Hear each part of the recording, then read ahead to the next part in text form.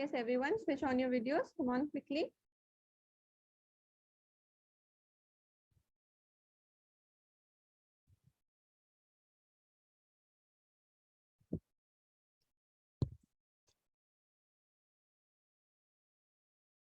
All right. So did you people have any doubts in the previous class topics that we had discussed? Does anyone have any doubts? No, ma'am. All right. Okay. So what is the last thing that you people have written down in your notebooks?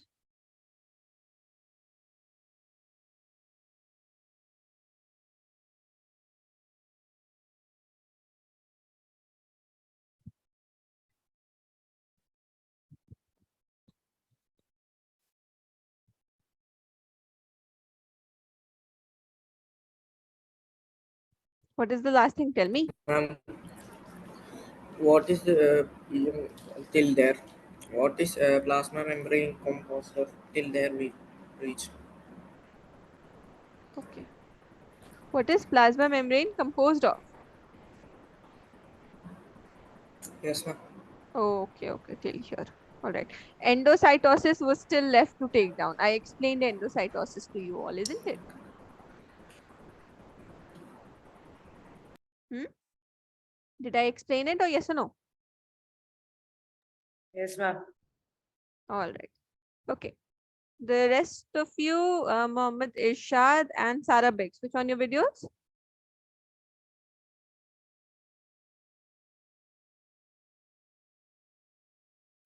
Okay, very good. All right. Okay, so before we move forward, are you people studying the chapter side by side? Are you learning the definitions and everything? Everyone is? Okay. All right. So let me ask you a little bit of questions. Okay. Okay, students, tell me, why is cell called as the basic unit of life or fundamental unit of life?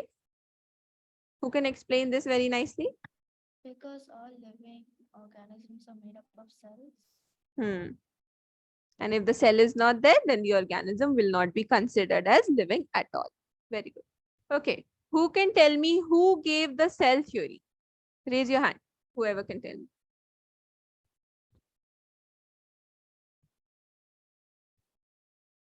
Who gave the cell theory? Yes, Ishad, Farhan, tell me. Ma'am, Steven and Swan. Hmm. Both of you are correct. Skliden and Swan. Okay, who added the third point? Robert Virchow. Rudolf, Rudolf Virchow. Rudolf Virchow. Yes, he added the third point. Okay, what was the third point? All new cells come from the pre-existing cells. Very good. Exactly. Now, on the basis of the number of cells, how many types of organisms are there? Two. Two unicellular and multicellular. Okay, who can explain multicellular organism?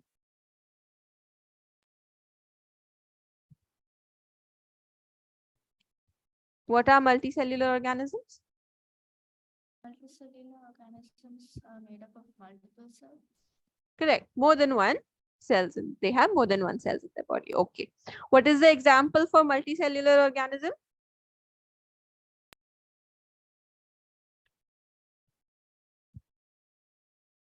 What are we? Are we unicellular? Are we multicellular?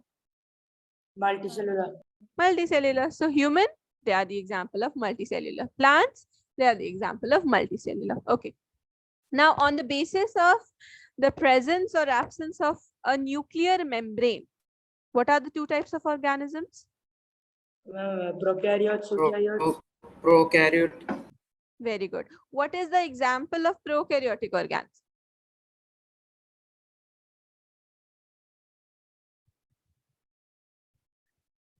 Ayan, you also answer. You can also speak. What is the example of prokaryotic organism?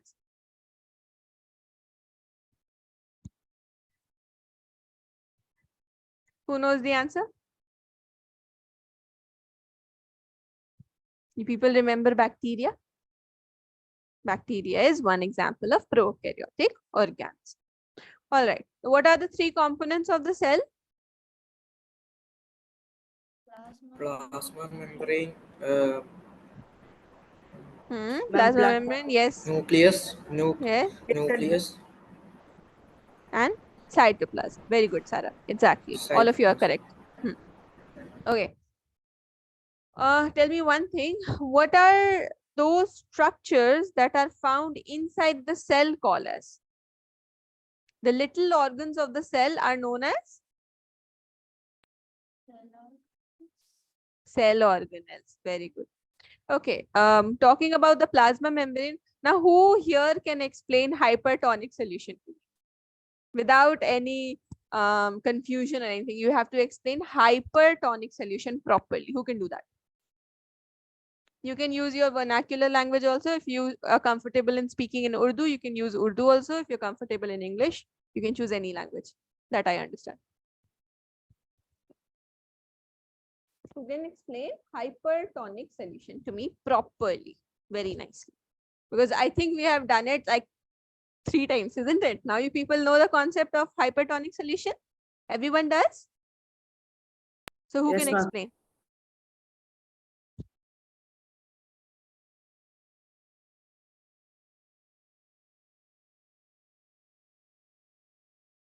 No one? No one can explain. Try, students.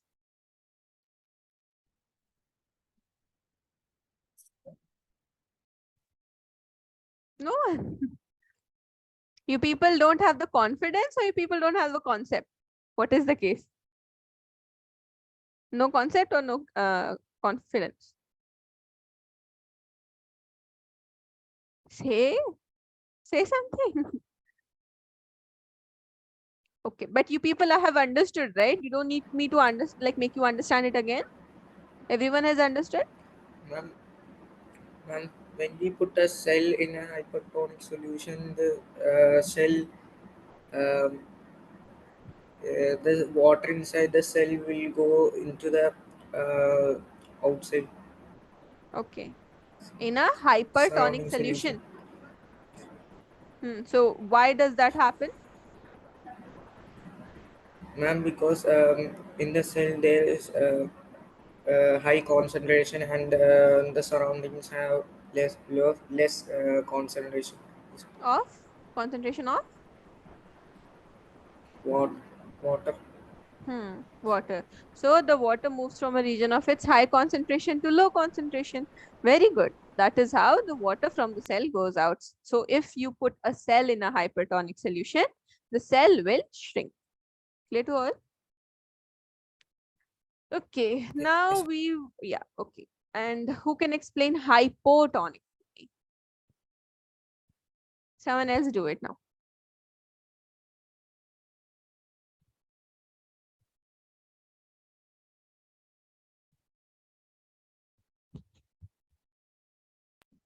Ma'am, hypotonic solution when we put a cell in hypotonic solution, the cell will get expanded.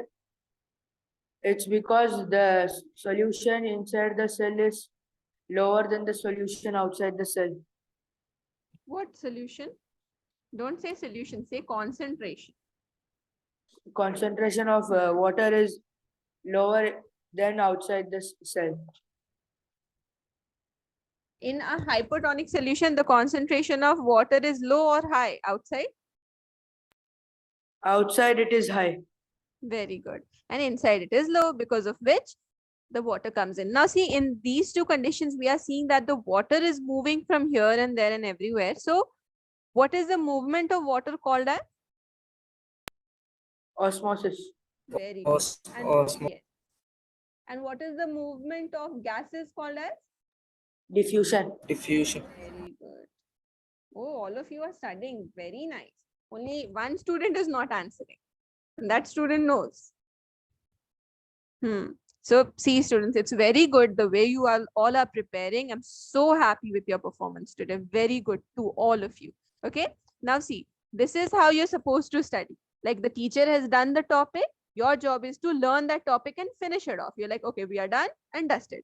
And then when the exam comes, you people will find it so easy. You'll be like, oh, I've already done this. I don't have to do anything now since it's the exam time. So this is going to be the case if you keep on studying side by side along with. All right. So in the previous class, we talked about endocytosis. So let us talk about endocytosis once more. So endocytosis is the way by which organisms such as amoeba, they procure their food. Now, how do they do so? They, like whenever the food is near them, they do the process of ingestion or endocytosis, in which the food particle from the external environment is taken inside the body with the help of pseudopodia. The amoeba uses the pseudopodia, that are the false feet, to engulf the food particle inside. And that is what we call as endocytosis. Now, just like how endocytosis is there, through the plasma membrane, endocytosis takes place. Apart from that, exocytosis also takes place. Now, what is exocytosis? Just like how endocytosis means we are taking in the food, not we, the organism is taking in the food. Now, during exocytosis, the organism gives out the food, meaning the whatever is the waste product or the waste material of the cell, it comes out. That is known as exocytosis. So with this, we have actually completed the plasma membrane. Now we move on to cell wall. Now cell wall is a very rigid layer that is present in, Ma'am, yes, ma'am, we didn't get that question. which question? What is And endocytosis? I'll give you time to write down. I'll give you time. Okay, okay, so now we'll talk about cell wall. Now see, cell wall is a layer which is present on top of the plasma membrane. So we know that plasma membrane is the delimiting structure. Now surrounding the plasma membrane, there is another layer, that is the cell wall. It is a rigid layer surrounding the plasma membrane. Now always remember that the cell wall, it is present in plants. All the plants, they have the cell walls present in them, but it is absent in the case of animals. Animals do not have cell wall present in them. Remember it as a rule. There is no animal present on the earth that has a cell wall. All the animals, they do not have the cell. Okay, the plants have it, and then there are some other organisms that have the cell wall, but animals don't. Now the cell wall in the case of plants, it is made up of a component called as cellulose. And with that being said, the cell wall of plants is known as cellulosic cell wall, meaning it is made up of cellulose. Now the cell wall, it is not present in animals, so animals do not possess a cell wall. Cell wall is made up of cellulose, and what does the cellulose do? The cellulose provides structural strength to the plants, meaning to all the cells in the plant, the structural strength is provided by the cellulose. Now, apart from that, the cell wall, it protects and prevents the cell from bursting or collapsing. Now see, for example, we have talked about the hypotonic and hypertonic solution. In that, what was happening? Either the water was coming inside the cell and the cell was getting swollen up, or the water was coming outside the cell and the cell was getting shrunken down. In either of the cases, the cell is not being destroyed. If the cell is getting swollen up, it is not bursting. And if the cell is shrinking down, it is not coming collapsing like that. So why? Because the cell, if we are talking about the plant cell, so this cell wall is preventing the cell from bursting or from collapsing. These two things are prevented with the help of a cell wall. Now, apart from plants, which organisms contain a cell wall? So bacteria contains a cell wall, and fungi, it contains a cell wall. Now, bacteria, the cell wall which is present in the case of bacteria, it is made up of peptidoglycan. And the cell wall of fungi is made up of chitin. Just like how the cell wall of plant, it is made up of cellulose. The cell wall of bacteria, it is made up of peptidoglycan, and the cell wall of fungi, it is made up of chitin. Clear to you all? Yes, ma'am. Does anyone have any doubts? No, ma'am. All right. Okay, now you people can note down till here and then we'll move forward. You can switch off your videos and write down comfortably.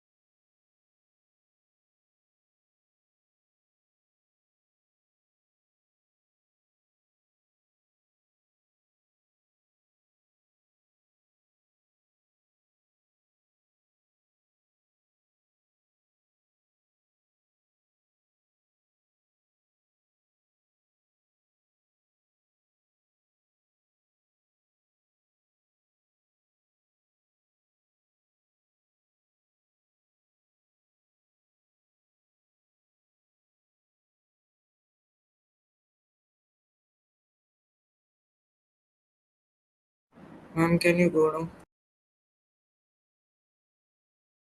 All of you are done, students? Yes, ma'am.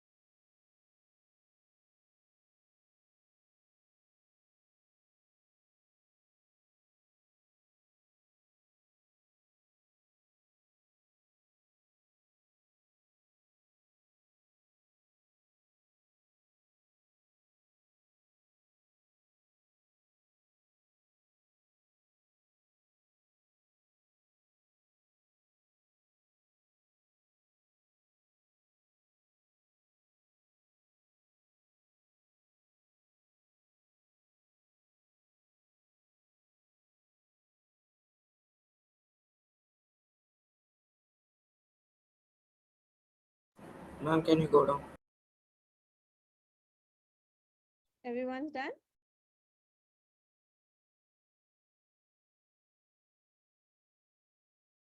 Yes, All ma'am. of you are done, students?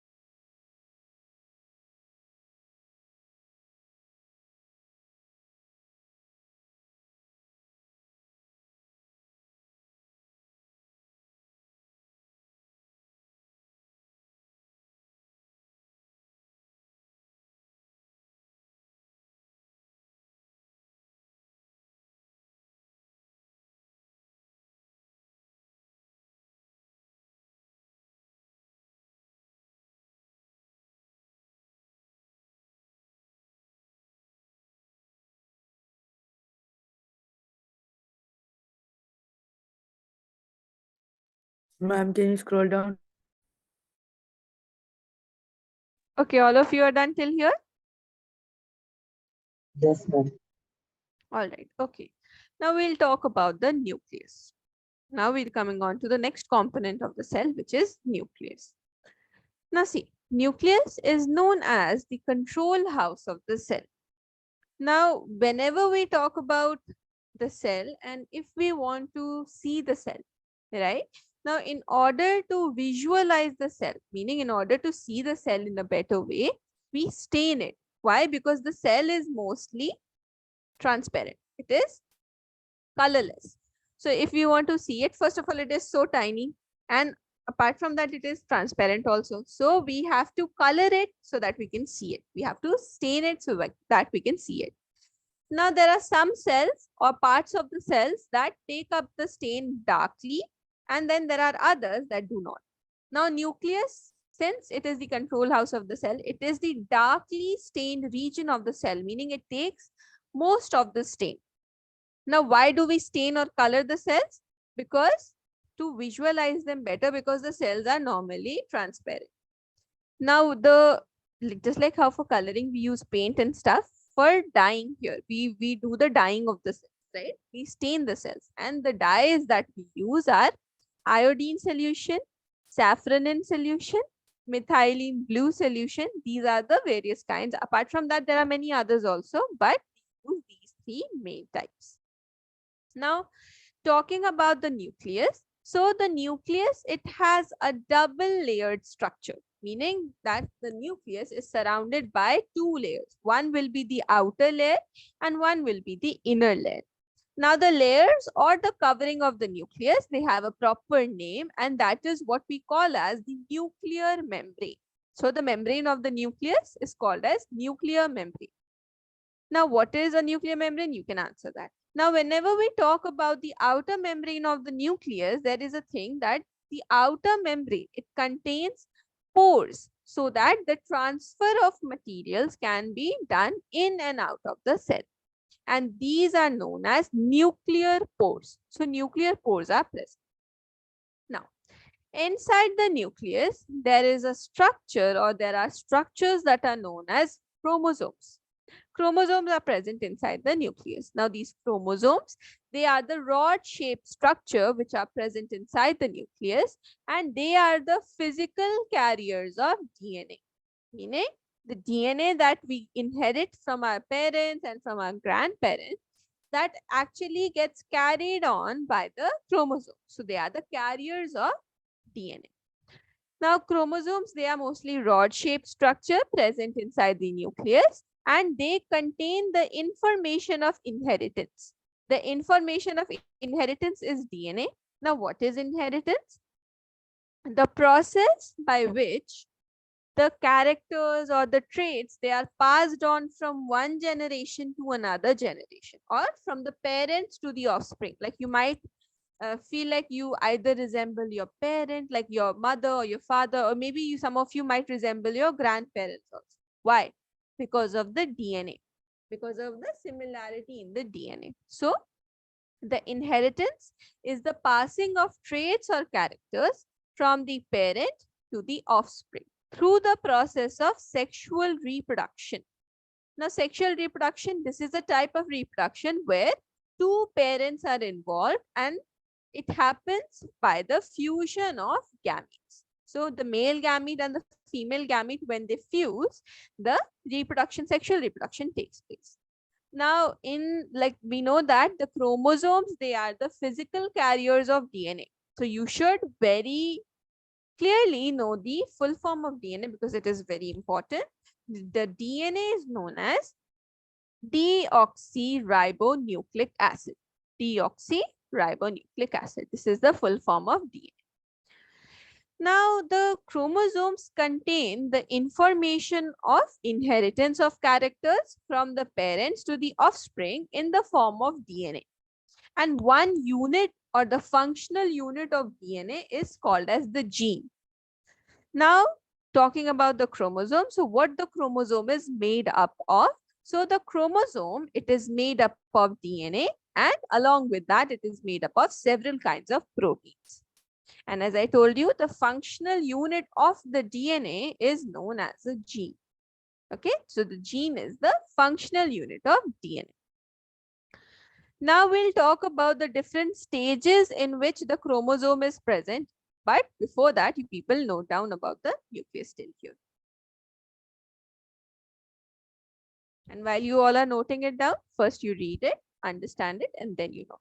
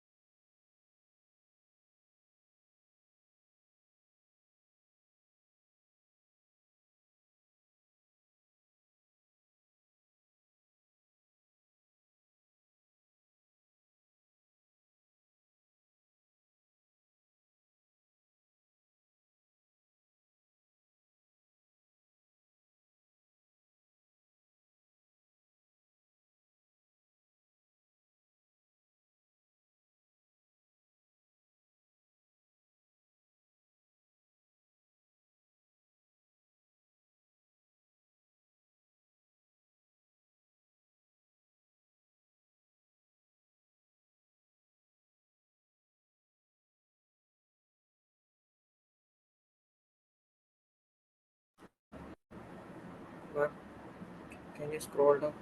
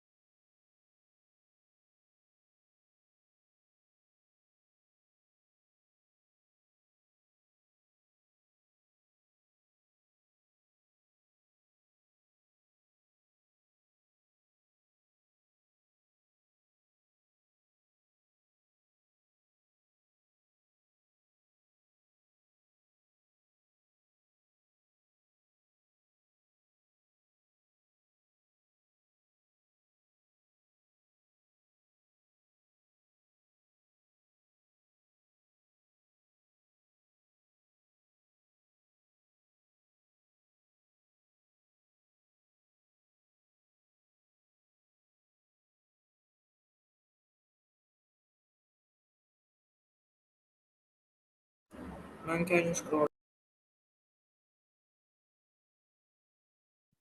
Yes. Students, you note down till here only for today. Okay. Once you're done, just tell me.